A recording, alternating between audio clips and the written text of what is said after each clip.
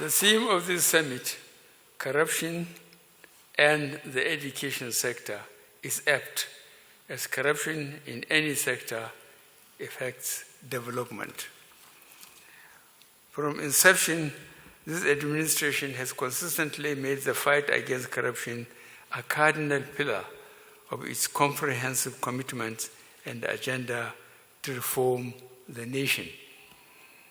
We signed up to the Open Government Partnership and adopted the Open Government Declaration, under which we committed to have robust anti-corruption policies, mechanisms, and practices that ensure transparency in the management of public finances and procurement, and to strengthen the rule of law. We have tried in the last 7 years to keep faith with these commitments. I am pleased to have participated in each of the previous summits organized by the current board of the ICPC under the leadership of Professor Bolaji Owosanoye, SAN, in collaboration with the Office of the Secretary to the Government of the Federation, targeting different aspects of our administration's commitment to fight corruption. This year's summit will mirror how corruption undermines education policies, investments, and create an unfriendly learning environment for our youth. Incessant strikes, especially by unions in the tertiary education, often imply that the government is grossly underfunding education. But I must say that corruption in the education system, from basic level to tertiary level, has been undermining our investment in the sector, and those who go on prolonged strikes on flimsy reasons are no less complicit. The 1999 Constitution places a premium on education by placing it on the concurrent list, thereby laying the responsibilities of budgeting and underwriting qualitative education on both the federal and state governments. The total education budget for each year is therefore a reflection of both federal and state budgets and should be viewed with other financial commitments in their totality. The allocation to education in the federal budget should not be considered via allocation to the Federal Ministry of Education and also academic institutions alone, but should include allocation to the Universal Basic Education transfers to TET fund and refund from the education tax pool accounts to TET fund, etc. I am aware that the aggregate education budget in all the 36 states of the Federation and that of the federal government, combined with the internally generated revenues of the educational institutions themselves, are also a subject that requires the attention of critics of government funding of education. In line with the national policy on education, this administration has been implementing the homegrown school feeding program to provide a free balanced meal per day for each child that attends public primary school in order to encourage school enrollment and facilitate access to universal basic education. To mitigate the impact of security challenges on our schools, I signed the Safe Schools Declaration ratification document in December 2019. The Federal Ministry of Education followed up and developed the minimum standard for Safe Schools document in 2021, all of the Safe Schools Initiative.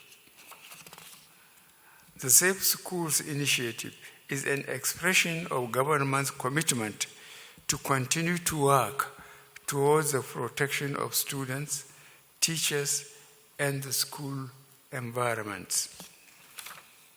Government and stakeholders in the educational sector are concerned about the manifestation of various forms of corruption in our universities. For example, use different terminologies to describe different forms of corruption they experience on our campuses. There is sorting or cash for marks, grades, sex for marks, sex for grade alterations, examination malpractice, and so on. Sexual harassment has assumed an alarming proportion. Other forms of corruption include payroll padding or ghost workers, lecturers taking a full-time appointment in more than one academic institution, including private institutions, lecturers writing seminar papers, projects, and dissertations for students for a fee, and admission racketeering, to mention only the most glaring corrupt practices. I am happy to note that ICPC is investigating and prosecuting sexual harassment as abuse of power in our educational institutions. I approve and encourage them to continue to do so. Government will continue to fund education within realistically available revenue, but stakeholders, including the media, should equally advocate for transparency in the amount generated as internally generated revenue by educational institutions and how such funds are expended. Corruption in the expenditure of internally generated revenue of tertiary institutions is a matter that has strangely not received the attention of stakeholders in tertiary education, including unions. I call on stakeholders to demand accountability in the administration of academic institutions and for unions to interrogate the bloated personnel and procurement expenditure of their institutions. Let me also implore the unions to work with government to put faces and identities to names on the payroll. I believe that the role of government in education is to guarantee access and establish minimum benchmarks for quality education. Due to declining resources, government cannot bear the cost of funding education alone. I task our academics to attract endowments, research, and other grants to universities, polytechnics, and challenges of education similar to what obtains in other countries. About 2 weeks ago, I participated in the 77th United Nations General Assembly in New York. One of the key events was Transforming Education Summit Leaders Day, titled Transforming Education to Transform the World, Learn to Live Together Sustainably. Nigeria joined other countries in committing to the vision of education for sustainable development and to the objectives of the greening education participation and building education systems that foster ethical and socially responsible global citizens who actively contribute to the sustainable development goals.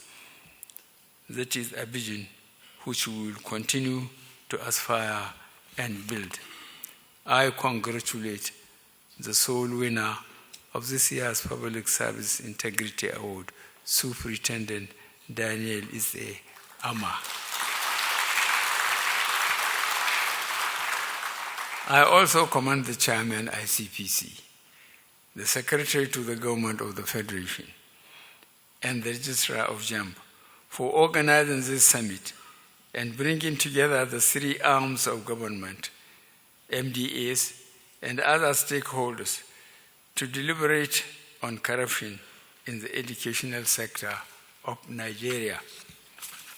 I therefore look forward to the outcomes and the recommendations of this summit. I am sure that the ICPC and the Office of the Secretary of the Government will bring forward the recommendation for appropriate action. It is my singular honor and privilege to declare this summit open. Thank you, and God bless the Federal Republic of Nigeria.